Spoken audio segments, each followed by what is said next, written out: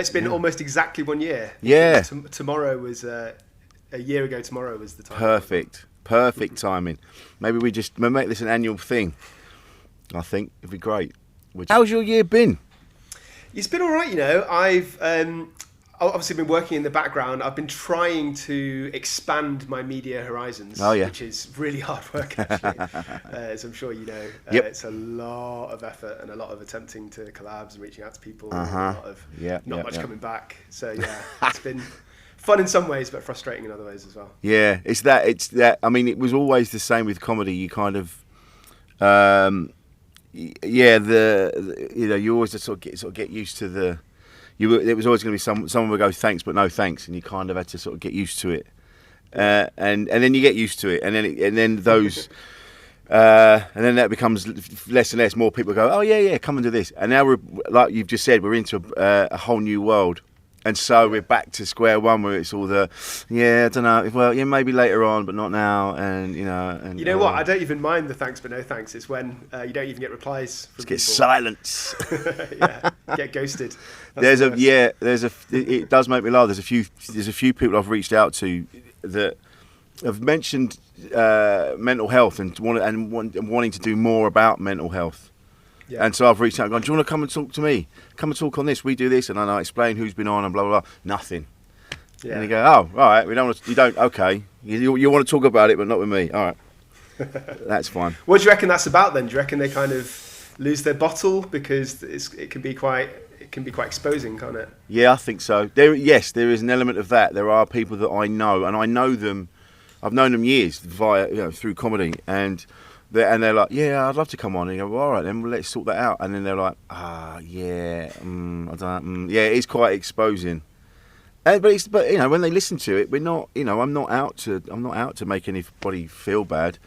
As you know, it's all about the guest, and so if we do record something and you say something you're not comfortable with, we just delete it. We edit it, and so I think. But people, as you know, people are scared to. I think they're scared to start opening the boxes because they're worried about what's going to come out. Absolutely. Yeah. I think sometimes when people talk about their poor mental health, it's almost inevitable that they have to talk about difficult relationships and things that have happened in the childhood. And I think it takes quite a lot of nerve, and sometimes you don't want to be seen as slagging people off or talking about own family members, for example, in a bad light. Yeah, family members that are still with us. And I mean, I'm aware of that as well. There's certain things that have happened growing up, and you're kind of like, now's not the time. Yeah. How's your mental health been for the last year? Well, yeah, it's been up and down, I'll be honest. And I came into the studio today and I said to producer Paul, because I have been really unorganised. Like, I've made such a hash of my diary over the last few months, like worse than I've ever been. And it was just getting out of hand. And then I just came in today and I just said to him, I said, mate, I have just been under this fog of despair for the last couple of months. That it's just starting to lift, but there's been a lot going on in my private life. The relationship troubles, and and then we had the lockdowns and coming back to work, and so I didn't realise. What makes you better then? What helps? Do you have like strategies and tactics? No, I just felt. I think what happens to me, it builds up and up and up, and then one day I get so frustrated that everything's such a mess that I suddenly go like the Hulk. I just go and I go, right, I'm not living like this anymore. Right, I need to sort this out and that out. I need to make that phone call, that email. I need to apologise to everybody for messing them around, and that's what I do. I get annoyed with myself. And now I can feel myself building the wall back up again. Like, okay, let's sort this out. I don't know if that's the same with you. I don't know if you've got. You know what? Within the last year, pretty much since when I spoke to you, I've been really trying my best to make this YouTube channel and try and sort of just reach out in different ways to, from writing a book to I've been on a couple of documentaries to doing bits and pieces and magazines and stuff. And it's really sort of tested my mentality, I think, because I didn't realise that I was so fragile. So if something goes well, or if my sub or viewer numbers are going up and I've just done a good interview, done a collab, then I feel great about it for a couple of days. And then if that slows down, or if I get not one negative comments, but say like a few negative comments in a row on the YouTube comments, then it really does affect me. And I didn't think that I'd be that susceptible. I thought I was harder than that. And I think a lot of it is to do with my own impatience as well. So when I look at other channels, I shouldn't do this, and I know I shouldn't do this, but I look at competition, I look at other channels, and some of them are excellent, and I have no qualms, but some of them I think produce quite weak material, and it really frustrates me when I see them, getting tens of thousands of subscribers and views. Yeah. And it shouldn't, but it does. And even though I know that I shouldn't be thinking of it that way and looking at it that way, it really does affect me. And so this last year has really showed me how labile I can be, actually. I know what you mean. I'll use an example. This very week, brilliant comedians have been filming live at the Apollo. And there's been a few comedians have made comments about not being asked to do it. And there's an element of, there is not bitterness, but you're envious. You're made to feel, like, oh, am I not good enough? And no disrespect to those comedians that are doing it. It's not about them. It's just about the industry in general. Yeah. And so there's a brief sort of thought like, am I not good enough for that then? Oh, okay. Oh, I must be crap then. And then you start questioning it. And I think that was something else as well. I saw comments and things, and then I suddenly went, no, I'm doing fine. I just need to put more effort into the podcast, more effort into this, and more effort into that, and put more effort into work, and then I'll be fine. And that's what happened. And it started with more, and it just started the fog started to lift, and yeah. But I get it. You can't help but look. You're a human being. Yeah. But at the end of the day, yeah. As long as what you're doing is what you want to be doing, and I imagine it's doing great. It's going great guns, in comparison to other things. So we shouldn't be so hard on ourselves. Yeah, I agree. There's what you should do logically, and what you naturally do as well. Emotionally, I know. Absolutely. I know. Yeah. And it's funny. And it annoys me in my industry that sometimes the air of competition that gets thrust upon us sometimes. And I'm lucky to be doing what I'm doing.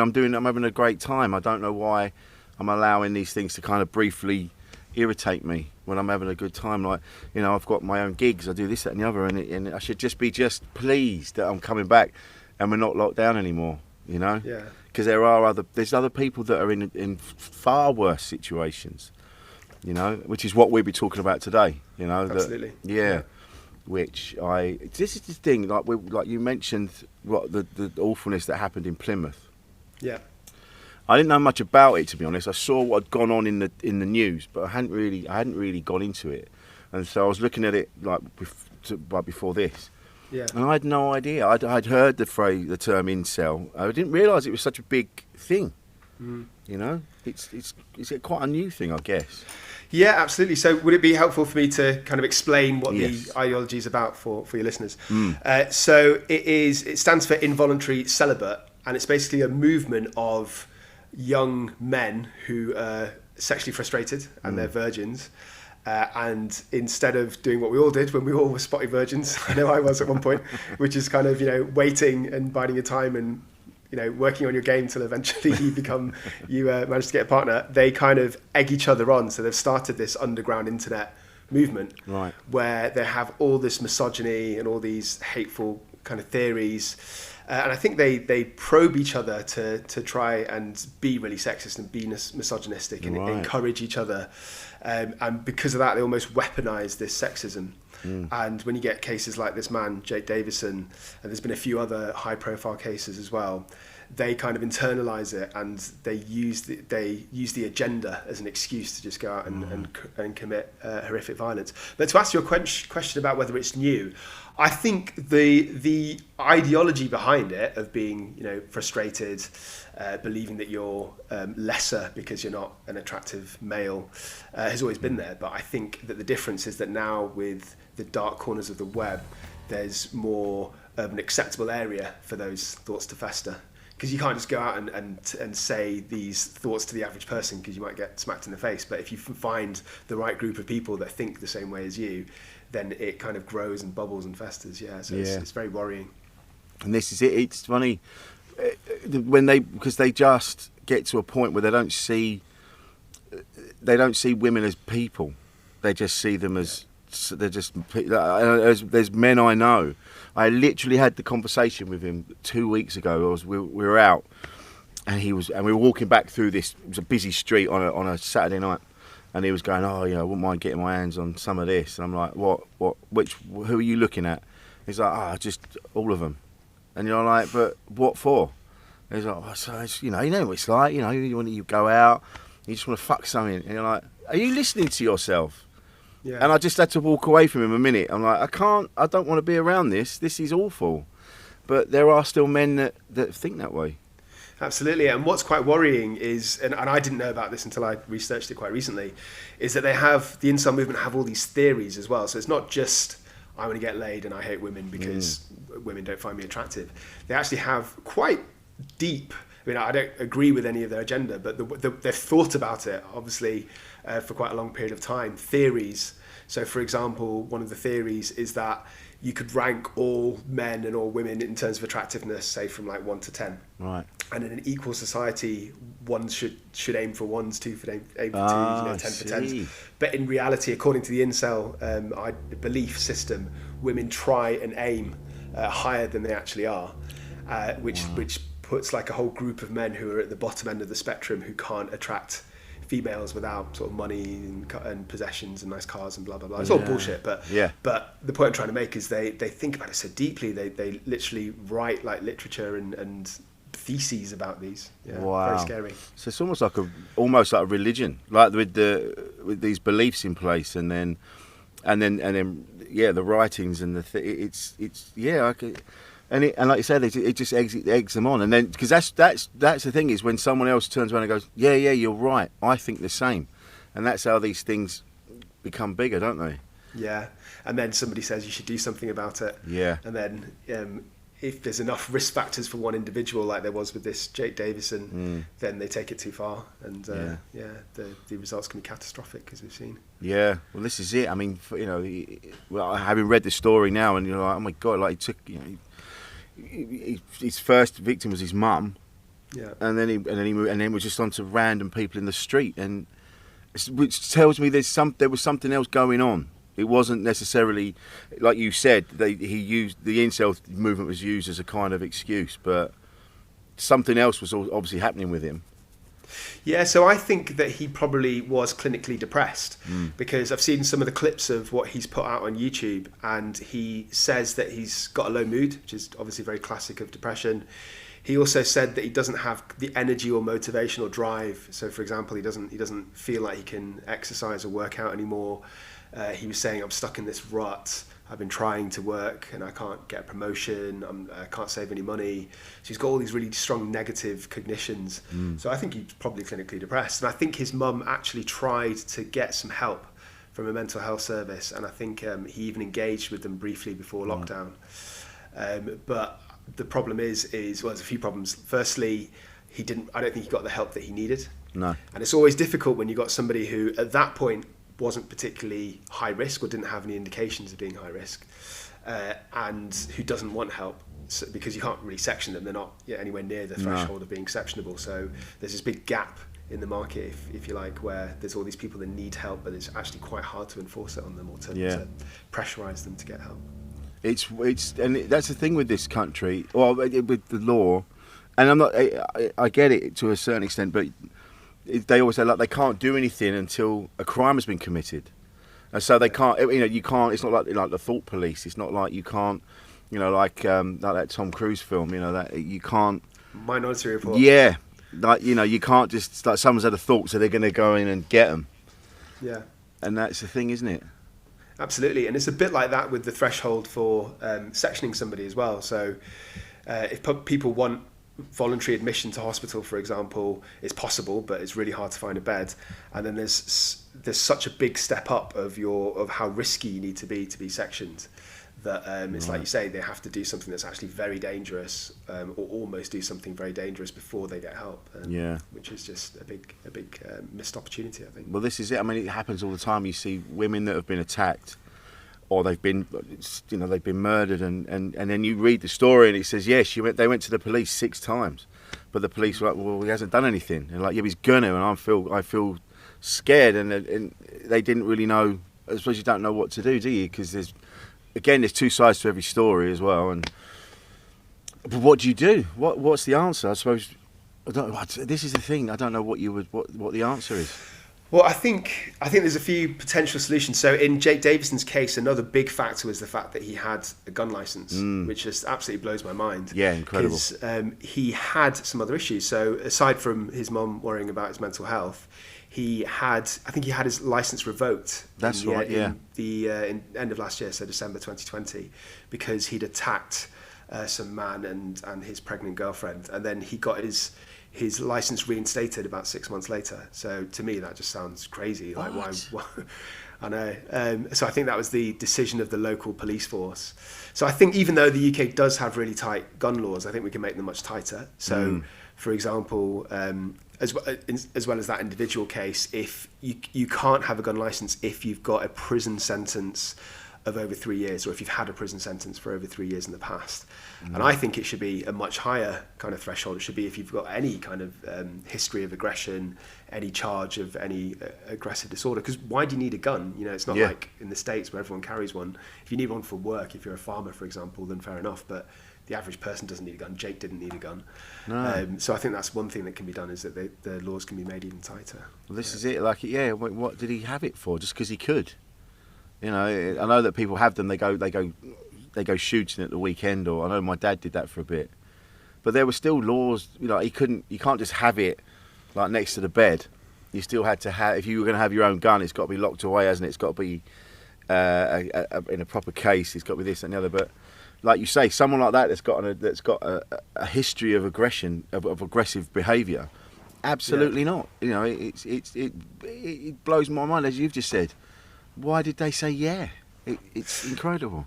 And on top of that, he was not particularly crafty with his hatred on the internet. So he posted on Reddit, he posted quite a lot of homophobic and sexist material. So it wouldn't have taken a lot for the police to do a quick background check to see that he's got all these extreme views and that he's a bit unstable. So I think, I hate to say it, but I think some of the blame has to go towards the people that made the decision to give him back his license. Yeah, there was someone somewhere didn't look. They were like, whatever, and you know, which is fine if you're if you work in a shop. you're dealing with lives, people. You know, this is like now we've sadly found out. You know, this is now, you know, one person going, oh yeah, all right, fine, just stamp it. You know, it's just changed the lives of so many people, you know? Absolutely, yeah. Yeah. And I suppose it is such a rare event, that, especially in the UK, that somebody will go out and shoot people, that it's really hard to predict. But as you just said yourself, even though it is rare, the consequences can be so horrendous. Yeah.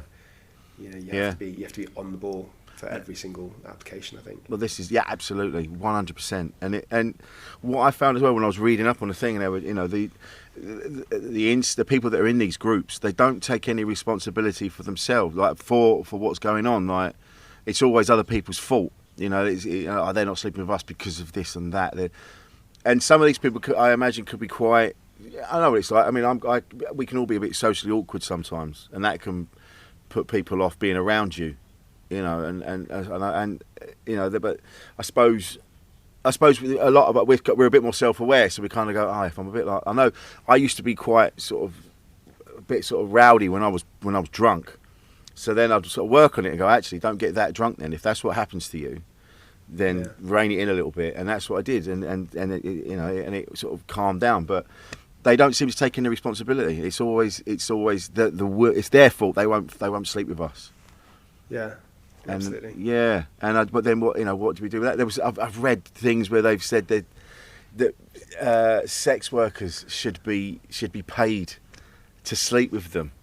You know, like doing charity work, like doing social work. And you're like, that's not the answer either. Surely that's, you know. I think one thing is that we should start thinking about them as a form of terrorists, really, because what they're doing, well, not all of them, but the ones that commit these kind of atrocities, is terror, right? I mean, terror is when you commit extreme violence to try and intimidate either the public or a government behind a set of ideology. So I think we're comfortable using that term with, like, right-wing Islamists or racist or fascist, but why not incels? Because it's kind of the same thing, really. Yeah. And if we call them terrorists, then we can use the laws to like shut down forums where all this hate is spread. So I think that's another thing. Yeah. But this is it, isn't it? Now we're told all the time. And I recently, actually, as a friend of mine who was saying that they always sound like your phone's listening to you, like your phone's listening to you. And they'd been out on a night out, and then they were saying, look at what happened on my phone the next day. All the videos from TikTok were related to their night out, like everything they'd been saying. And so with that in mind, these forums must be easy to get into, or to be, at least someone somewhere should be aware of what's being said on these forums. Yeah. I suppose parents have to take responsibility to a degree when the people that use them are quite young. I mean, it's different for adults, and this man, I think he was 22 at the time, so maybe not for him. But when you're talking about adolescents or teenagers, they're very susceptible. And just like parents would tell you off for watching porn or for watching violent films, we should, I think, have some responsibility about knowing what our kids are getting up to online, really. Absolutely. This is the thing. It starts at home. So many parents kick off because of this and that, and the teachers should be doing more, or they should be. And you're like, no, you should be doing more. You should be aware of what your children are looking at online. It starts with you. But parents don't want that. They don't. In their heads, they're perfect, and little Johnny's perfect, and anything that's happening that's bad from outside is because of outside, and couldn't possibly have anything to do with them. I see that a lot. So in the patients that I assess, usually after they've been arrested, so they're on remand in prison. Sometimes they have a mental illness. Sometimes they're suspected of having one. The vast majority of them have really poor parenting, or have experienced really poor parenting, whether it's abuse or whether it's just a lack of boundaries. And not all the time, but most of the time when you speak to the parents, it's exactly what you say. They just don't take any responsibility. They just push it onto the school, which is amazing to me. Like, it just blows my mind. I've got 2 young kids. I wouldn't, I'm grateful for anything the school does in terms of education, but I don't expect them to have my 2 boys, to show how my 2 boys will grow up to be men. I mean, that's just mind-blowing that people would expect that. Exactly. It's like my boys. It's it took work. Then they are top lads, and I'm not just saying that because they're my boys. They're brilliant. In fact, they're better than considering what sort of what my eldest got married recently, and part of my speech I said to his now wife, I just said, look, we are an unorthodox circus of a family, but we are a family nonetheless, and that's it. It's been this. There's been all manner of things going, all drama over the years, yet they've grown to be amazing men. And that takes work. It's what you're doing at home, like we've just said. But so many people don't take that responsibility. Well, congratulations and thank you. Raising yeah. And there was a moment, because my youngest can be a little bit, shall we say, forthright. And a little bit. Sometimes I have to say to him, dude, no, you have to be a bit more thoughtful than that. He's just set his drums up in his room, in his new flat, and I was like, yeah, you need to soundproof that, mate. You've got neighbours now. And he's like, oh yeah, but I'm like, no, come on. So there's still work to be done, but he's still a top lad. Do you think it's harder to be a teenager or an adolescent now than it was when you were one? I think there was a because we weren't as aware of everything in the world. There's too much information now. There's too much knowledge. We know too much about what's going on around us. I think there was a sort of an innocence in being a teenager when I was growing up. You knew there was stuff going on. You didn't really know what it was. You saw what was on the news, and it wasn't really in your world. It was on the news. These were stories from elsewhere, and you kind of went, oh yeah, that's not good. You sort of knew that politicians were bad, or most of them were bad, and you kind of went, oh well, but you didn't really know as much. But now we're just bombarded with all sorts of things. You need to be this way, you need to be that way, and you need to have these beliefs and that belief, and blah blah blah. And you're just bombarded. It must be exhausting to be a teenager now. And then this is all as your mind is developing as well. So you don't really know who you are yet, and you're just being bombarded with all these things, and it must be, like I say, it must be exhausting. Yeah. So my boys are only 6 and 8 yet, so they're not yet at the age where I have to worry about them going online. But I can imagine that, yeah, just like you said, there's so much information. There's so many like influencers or people that have ideologies, not necessarily as extreme as incels, but people that are similar. So are going to have to be hyper aware to make sure that they're careful with what they listen to, and also they're just cynical enough to know that this person's talking bullshit, really. Yeah. And I think that's the thing. So when we weren't exposed to those kind of things as teenagers, but teenagers are now, they don't know if somebody that's talking to you on the other side of the internet is like a loser. Basically, you might actually buy into their ideas, especially if you're feeling alone and you're feeling kind of marginalized and isolated. So yeah, I think that's something new or newish that we never had to contend with. Well, then the other side of it as well, the avenues of conversation are more open than they were when I was growing up. You were sort of told, you're a man, this is how you behave, and this is a woman, and this is how she behaves. I'm not saying that's right, but that's just how it was. And now there wasn't that kind of, oh, you're a man. You don't, if you're upset, you just push that down. At no point did I feel I could sort of turn around to my family and say, I feel a bit down, actually. I feel a bit sad. You were like, pull your socks up. You got to just pull your socks up, get on with it. Whereas now we're able, like, kids are now able to turn around and say, actually, I'm not feeling great today. Yeah. Which I think is good. Yeah, I completely agree. So mental health kind of existed as I think maybe a generation ago when we were sort of adolescents or teenagers, the idea of mental illness existed, but it was only kind of extreme people, the kind of things that you would see, like, One Flew Over the Cuckoo's Nest, and they're dribbling wrecks and then having all these delusions and blah, blah, blah, and they're seen as other, and they're seen as something to be avoided, maybe embarrassed about. Whereas now, as you say, I think conversations opened up a lot more, and it's okay to feel a bit depressed, and it's okay to have anxiety. And I think part of that is celebrities coming out and talking about it, which is a relatively new phenomenon. It's not brand new, but maybe in the last sort of 20 years or so. Yeah. But I think the flip side of that is that people become so much more sensitive. There's so much going on with cancel culture and people being offended all the time. I'm on Twitter, but I very rarely actually use it. But I get messages on my phone, and probably 90% of them, I'm just like, oh, fucking hell. It's just everybody's always just well, maybe not intentionally, at least not consciously, but in some way misinterpreting something as being offensive and just arguing back. And I don't buy into that at all. No, I think there is at the moment, people they're just kind of vying for attention, and they want to be the one that discovered the thing. They want to, I was outraged by that first, and you're like, why are you outraged by it? What is it about that that has offended you so much? And you kind of, whilst avenues for conversation are opening up, with it being able to talk about how you're feeling, other avenues are being shut down. Like there's no room for debate. We're now like, you either agree with me and I'm right, and if you don't, then you're in the wrong, and you should be shut down. And you should be like, the people have different views, and we're not allowed to talk. You're certainly not allowed to be friends with someone that has questionable views. Do you know what I mean? I don't mean if they're racist or homophobic. Of course, that's without question. But there are some people that, for instance, people that vote Tory, and I vote Labour. But it's like you have to stick with Labour voters, and you shouldn't have any discourse with people that vote Tory. They're all seen as the better. And you go, no, there's a reason why they voted that way. So let's talk about it. They don't agree with me, and they want to talk about that. But we're just shutting each other down.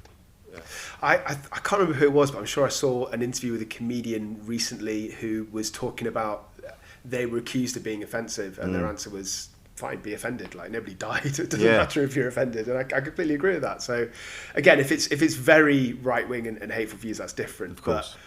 But so what if some people feel slightly offended by a joke or a viewpoint? Like, it doesn't matter. The world doesn't have to fit around you so that everything that you hear is nice to your ears. This is it. We're not there. There's this strange people. Yeah, they want it to be. Like, people talk about, I don't feel happy today, and you're like, well, you're not going to feel happy every day. That's just a happiness. It's like an extra thing, but content, like looking around, you're going, actually, this is all right. This isn't bad. And I say that a lot on here. You're looking for contentment rather than sort of the extreme of happy, but people aren't allowed to feel. They don't feel they should. When they feel nervous about something, they're like, "Oh, my anxieties." And you go, "Yeah. You're gonna feel anxious at some point. You should allow yourself to feel anxious because that's your warning sign. That's your alarm system saying, actually, we're getting involved in something here." But people aren't allowing themselves to be anxious anymore. You know. What are your views on comics being offensive? I think if it's because first and foremost, comedians should be funny. And you can make jokes about anything, but if you're just doing things just to be offensive, if you're just trying to just piss people off, I'm like, no, you don't need to be that. There are some things I say that are quite near the mark, but they're more cheeky. I'm like, oh, that was near, and it's more to do with the language I'm using, not really what my views are. Like, I would never make a joke about like the subject of rape is not a subject that I think is funny in any way, shape or form. I don't think it's such an awful thing to happen to someone. There's absolutely no way that I would joke about it. But I've taken the mickey out of paedophiles, but then I'm mocking paedophiles. I'm not mocking the victims of these people. And have you ever had anybody come up to you like after a show and say and tell you that they're offended or have a go at you about your material? Yes, I have actually. I had someone, funnily enough, a guy come up. He sort of appeared on the next to the stage, and I'm like, "You're right, mate." And I'd done this bit that I used to have about when I was a kid, and how many like the sex offenders were everywhere, sort of thing. And then he came on stage. I'm like, "You're right, mate." I just thought he was a drunk bloke, and he came on and he just said, and he sort of grabbed the mic and he said, "How comes we can make?" You can't say, and he said the M word, and you can't say this, but we can talk about sex offenders, can't we? We can talk about that, can't we? And I'm like, whoa, all right, mate. He goes, you're out of order, how dare you? And he got dragged off by security. And then afterwards, I brought the act on, and then I went, and I'm like, I need to find this bloke, find out what that was all about. And he was out, and then I found him, and he was out the front with the woman that turned out to be his ex-wife, but they were still friends. Yeah. And I said, "Mate, are you all right?" And he just broke down in tears, and he just told me this story of this horrific story that had happened to him when he was a kid. And I'm like, "Oh shit, mate! Yeah, I didn't realise." And then even the woman that he was with, she said, "Look, I know." She goes, "I know you weren't mocking people that have been sexually abused, but just sometimes you have to be aware that there might be someone in the room that this is going to be quite a raw subject."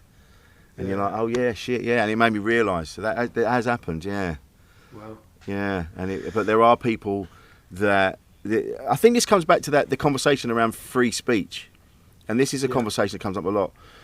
I feel that free speech on its own as a thing, unconnected to anything else, is absolutely, everybody has that. It's free speech. You have free speech, and everyone is entitled to that, yes. But then after that, as it's been said many times, there are consequences, aren't there? And that's when, so you can say what you want, but after that, then that's when things get dealt with. I feel anyway.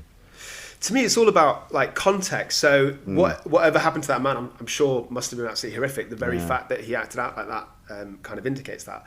But you weren't up there. You're not like a pro-paedophilia hate monger, are you? You're making jokes about the situation itself rather than paedophilia or the victims. So he didn't really have a right to even though it upset him, he doesn't really have a right to break up the comedy that's going on there. No. I mean, obviously his own emotions got the best of him. But I think that comedians can make jokes about anything, and it all depends on who the butt of the joke is, or the context of the joke. So while you were talking, I was thinking of Jim Jeffries. Have you seen the bit he does about Bill Cosby? Yeah.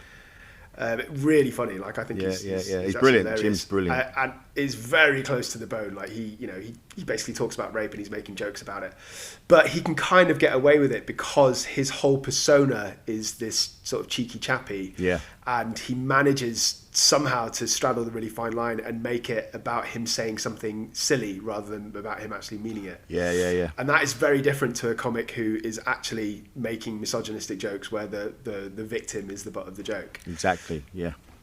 But I think some people lose that the kind of subtleness of exactly what the context of the joke is, and that's why people get offended. It happened last night at a gig I was doing. And there was the act was on, and what he was talking about was the fact that people use other people's atrocities in other countries to kind of boost their attention for themselves. So they go, oh, I'm raising money for this country or that country, and it's a terrible thing. And you're like, hang on a minute, you're doing this for you, because what you're doing actually doesn't really help in any way, shape or form. What you're doing is raising awareness for yourself, and that's what the gist of the joke was. But because a woman watching just got so offended, she didn't listen to the joke, didn't listen to the context. She just listened to him say, I don't know. I didn't even know that Djibouti was a country. I've only just heard about this because of this man, and that was what he was saying. He was almost like mocking himself, his own ignorance. But she just lost it, and she was going, "You racist bitch! You racist this! You racist that!" And she absolutely, to the point she got asked to leave because she kicked off. So some people don't even. They're ready to be offended. They don't even listen to what's being said. You know. So I dabbled in stand-up. Did I tell you that before? Yeah, you did, and we still need to get you on. We need to get you on. I'm by no means an expert by any means. I only did about 40 gigs altogether. But one thing I noticed, you've probably seen this far more than I have, is that a lot of open micers do try to shock a bit too much. Yeah.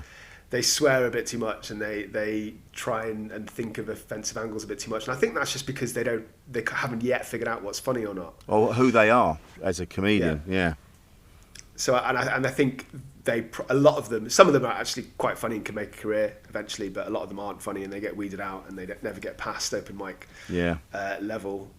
So I'm sure there are some comics that don't straddle the line very well, especially the open micers, but professionals know what they're doing. That's it. When you first start out, you've got your idols, you've got your people, you go, oh, I want to be more that, I want to be more like him or whatever. You don't really know because I remember someone saying to me, you are good enough. You are enough. You don't need to try and be Bill Burr or Louis C.K. or whoever.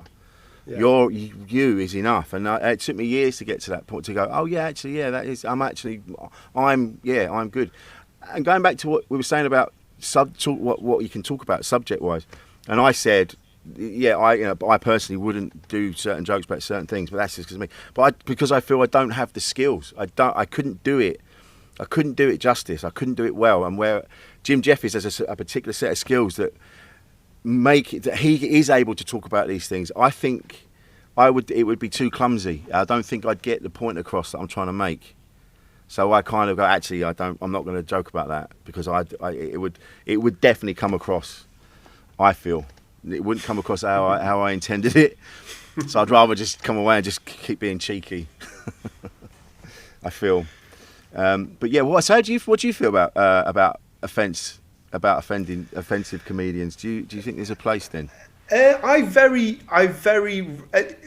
of the very first things we said at the beginning of this part of the conversation was you have to be funny first, and I don't think I could say it any better than that. Really, I think if somebody's actually funny, then there's very little that will offend me.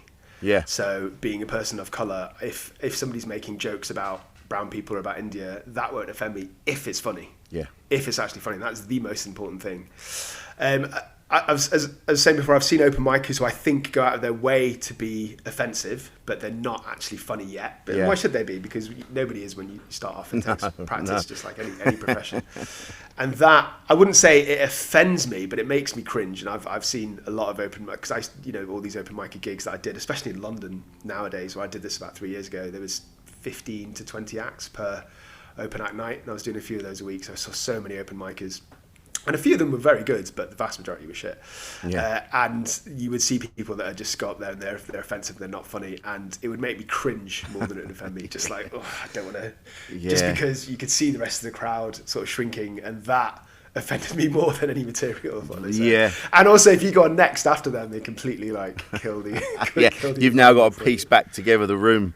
That's been an audience. It's funny about an audience; they will gel as a group, even though they don't know each other. Subconsciously, they go, "Nah, that was awful," right? And then they're just completely switched off, and then you have to go on and try and switch them back on again. I have to say, doing stand-up for me was so much harder than most other things I've done. Like being a forensic psychiatrist is much easier than being really? doing stand-up comedy. Yeah, because Well, it's, first of all, it's quite a thankless task unless you've actually made it past the first certain level when you're doing sort of 5 and 10 spots for the amount of such a small amount of stage time for the amount of effort you put in. And the thing that I really couldn't get past was when material worked on some nights and not on other nights. Oh yeah. I found that so frustrating because it just didn't, either you like it, in which case I'll keep it, or you don't like it, in which case I'll throw it away. But if I tried the same material a couple of times over the space of a few weeks and it works sometimes and not other times, you're giving me mixed messages. I don't know what to do with that material. I think it's so frustrating. Well, this is it. I think over time, especially with my comedy, I've got to a point now where mine is more conversational. So it's the same material, but I'll probably say it differently or in a different order, and so it just sort of tumbles out like I'm just having a conversation. And with that in mind, sometimes you'll hit something that you haven't said before and it'll smash the room. The room will just suddenly light up and you're having the gig of your life. You're like, oh yeah, brilliant. And then you go, right, I'm going to remember that for the gig tomorrow. And you do the gig tomorrow and the stuff you did off the cuff gets nothing. And you're like, and it's because the energy you put into it, because subconsciously you've gone, oh my God, yeah, I've tapped into something.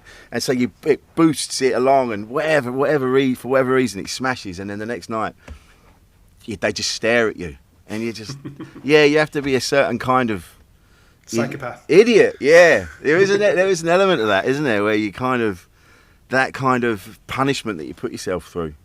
And also, I think it's even harder as an open micer because, first of all, there's the nerves element, but you only get 5 minutes, which is not a very long time at all. Like if you've got a strong 1 minute to open and a strong minute to close, you've only really got 3 minutes to play with in between. Yeah.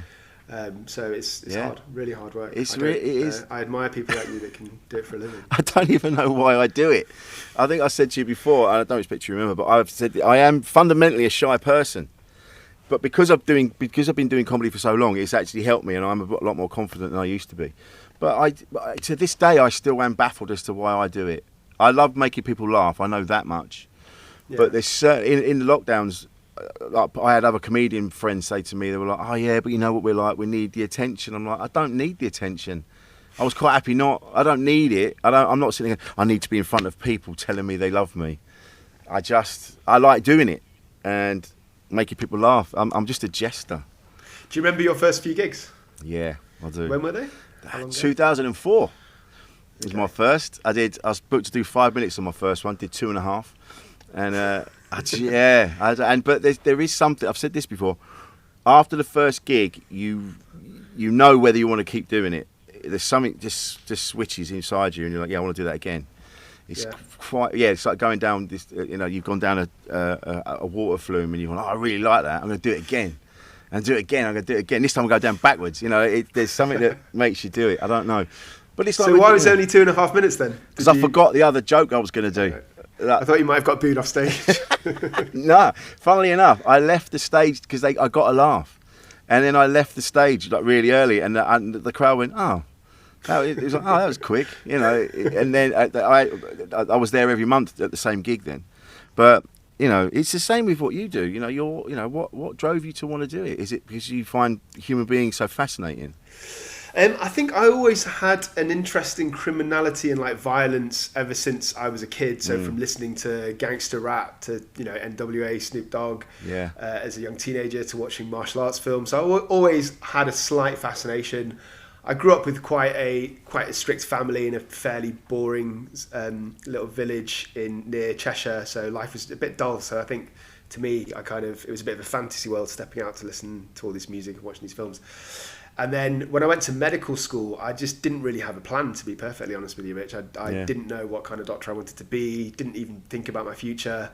Just sort of stumbled through, enjoying the socialising part of uni and just scraping through my exams. And then I think I remember you telling me that before. Yeah.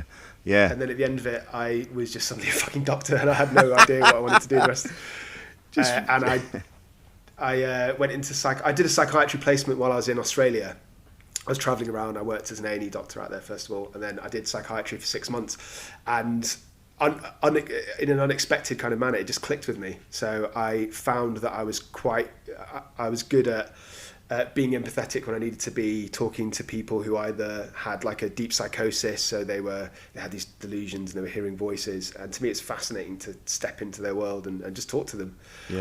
Or people who were at their lowest ebb, who came in after suicide attempts, for example, and I didn't know that I'd be any good at it, but I was good at it, and I don't really know why, I just was. And so that's when I first got into psychiatry, and then I basically tried to dodge exams by staying abroad for a couple of years, and then when I came back to the UK, I had to do exams because you either stay as a kind of the equivalent of an open micer, I guess, or you go up the ranks. So I had to do that, and then while I was doing my training, I did forensic psychiatry just as a kind of on a whim for 6 months.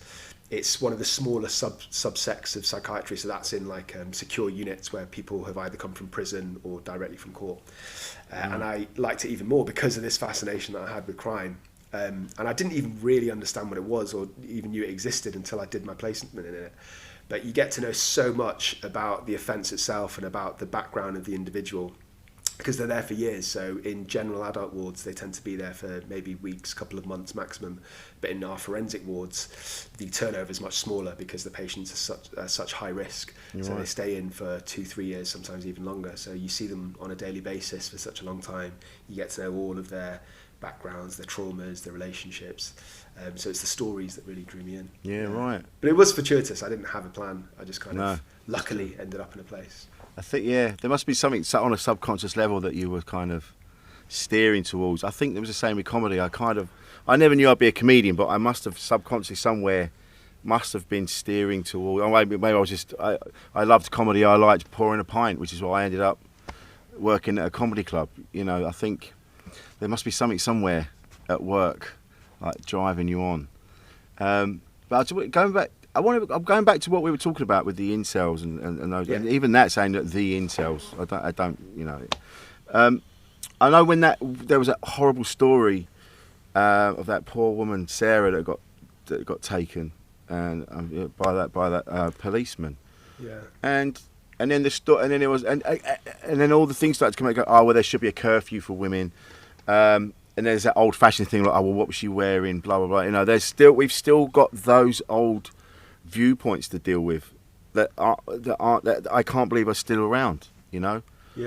It's kind of like why straight away it was like, oh, women, we don't go out at night. So no, men shouldn't be attacking women. Don't wear your headphones at night. Like no, stop attacking women. We aren't dealing. We're not. It seems to be easier to tell women not to do things rather than tell men not to attack women. Yeah, it does seem like as a society, because you think that a lot of those archaic views would have changed from like our parents' generation, but it seems like society's almost kind of splitting into two. So you've got the people that we were talking about who get really easily offended and who are, I suppose, snowflakes for want of a better word, and then you've got these people who have these really misogynistic and old-fashioned views, and this is connected to the incel belief system, but also, just as you were saying, blaming, victim shaming, so blaming the women rather than taking responsibility. And I think the problem is because that they're separating. So before it all existed, whereas now, and I think the internet is something to do with this, or has a proportion of the blame because of Twitter, because of slagging each other off, because of highlighting comments of being offended or making offensive comments. The two groups are separating, and there's no conversation anymore. I think you said this yourself earlier on. If you've got a different view to me, then the automatic assumption is shut up, I'm right, you're wrong. Yeah. And that just shuts down any conversation. So it is scary that these groups are kind of moving apart as well. Yeah, and it's funny, but I know I was brought up with that. When you'd see that a woman had been attacked on the news, and I know the comments around it were always like, well, she shouldn't have been out that time of night. She was wearing this. She was in a bar on her own. You shouldn't have done that, But men aren't. I think I've said this before, and it might be a bit too extreme. I don't know, but I think from a young age, I think there should be a conversation that young boys should be told, look, this is how you should behave in society. You have the potential to be not attack women, but you have the potential to be a bit of a monster. I don't know. You'd word it better than that, but maybe that should be more of a thing. And do you think it's the parents' responsibility overall? Yeah, again, I think so. I think definitely. I think it's you know, I know there's been certain comments growing up that I remember. I think I said something when I was a kid, and my dad said, "Don't say that. That's not very nice." It is the job of the parents, I think. Yeah. To start and with. It's a fine line, because you can't just say it's just like we were talking about before about how you get these two groups that can only bicker and can't come to any middle ground. Yeah. You have to explain things, I think, to kids. You can't just say that's wrong. Don't think like that. That's what I mean. Tell a child how to think. It has to be. You have to let them have the cognitive ability to think things through and understand why there's something they've said is wrong. Well, I think that's it. Maybe that's a thing that should be, I don't know, that's taught in schools. You know, there's an actual place for it where they actually go, and even if it's like kind of basic, sort of very basic terms, you know, how to conduct yourself around other people, not just women, but everybody. Yeah. Which I don't think we really have. Yeah, and I think it's a bit of luck of the draw to a degree, because your parents or your family environment massively influences you. Again, the offenders that I see, almost all of them come from a background of poverty, abuse, neglect, drug and alcohol use. They're just dealt really shitty cards, basically. Yeah, And then they grow up to have personality disorders. They grow up to be violent. They grow up to be pro-criminal. And you can see where it comes from. Like 95% of the patients I see, you can totally piece together what their background was like and why they ended up, first of all, becoming criminals, and secondly, having a mental illness. Yeah. And with the two overlapping. And you can't really do anything about that, really. You can't. I mean, you can do a little bit, but arguably it's not. It's like peeing into the wind, really. So you can give people therapy, absolutely, if they're in one of our secure hospitals, but you're fighting against years and years of bad therapy from their background and from their parents. And the kind of the teaching that you're talking about, you know, about stabilizing relationships and how to socialize people, we do that with our psychologists within our secure units. But if you have somebody that's grown up in an antisocial background with parents who are violent and sexist, you know, for 15, 18 years, then it's really hard to reverse that effectively within the space of 2 or 3 years. Very true. Yeah, very true, actually. I mean, would it be, because it seems like because poverty in general, it seems to be on the rise, you know, and more cuts are being made by the government, you know, maybe that is that the way to go. They just need to invest more in people, you know, the jobs that, you know, people are working minimum wage and they're working, more money needs to be invested in people, you know. Yeah, I think the answer to most of society's problems is not necessarily directly money, but in some ways is related to money and funding. So everything from youth clubs to more policing to more psychiatrists and other mental health professionals, so that it's easier for people to access those things, to social care, all of it. So you're right, poverty is increasing, but then on the flip side of the coin, people who are very rich are getting richer as well. So I don't think money's disappearing. I think that it's getting siphoned off. But this is it. It's just It's just the rich taking care of the rich. They're not, and whenever they're making any, they don't say, right, we're going to tax the rich. It's like now, like they're up in like national insurance, and and it's like it's always the people on the ground that get screwed, and then they wonder why people snap and do horrible things. You know, you can't keep doing that to people. It seems. It just seems like it feels more and more helpless. Like they're literally taking the piss in front of us, and we go, "You can't do that," and they go, "Yeah, we can," and we are. You know, and then people carry on voting for them as well. So carry on voting for them. Like someone said, the reason that they vote for these people is because they're a lying sack of shit as well. I don't know how true that is, but it's a real. I don't know. Yes, I get really upset about it. You know, and it pushes people towards mental illness, and it pushes people towards offending. Not most people, but a certain cohort of society, definitely. And then there's a slight irony that the criminal justice system itself has taken massive cuts. So there's been cuts in legal aid, prisons are overcrowded. It seems like on every single level there's social problems and there's just a lack of funding. Scary times. Exactly, but it's not on the level where it's the cuts aren't made up above.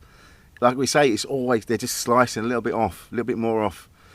pensions get, oh yeah, you won't get a pension now until you're 85, or whatever it is. There's always something they're just taking a little bit more off. I should say that it gives me more business, so I should be happy, I suppose. Maybe we should all become criminal psychiatrists. Yeah, we should do that maybe. I don't know what the answer is.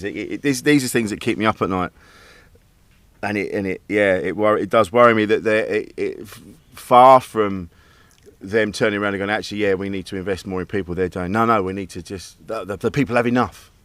Yeah. They should get jobs. They should get proper jobs.